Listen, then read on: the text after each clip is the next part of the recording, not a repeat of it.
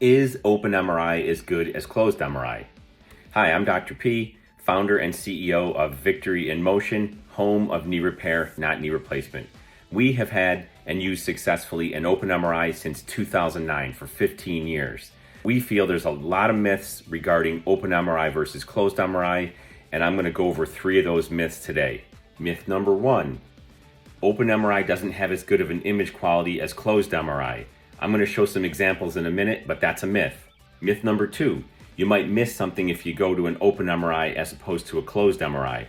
Well, several studies have shown that a closed MRI and an open MRI are just as good for looking at musculoskeletal issues, especially in a knee. So for the things we're looking at, they're just as good, and an open MRI is much more comfortable and less claustrophobic.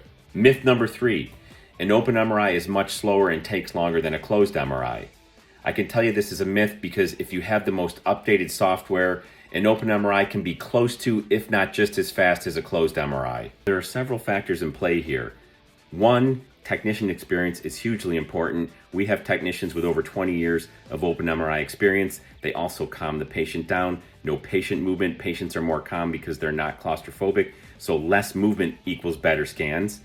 Number 2, radiology experience. We partner with a group called ProScan who has outstanding musculoskeletal radiologists, especially Adam Olmstead, who's known worldwide for his musculoskeletal reading ability. Number 3, as I said earlier, software. Software is a huge thing. The most updated software can speed up MRI imaging and can also make much better quality images. The image on the left is our open MRI.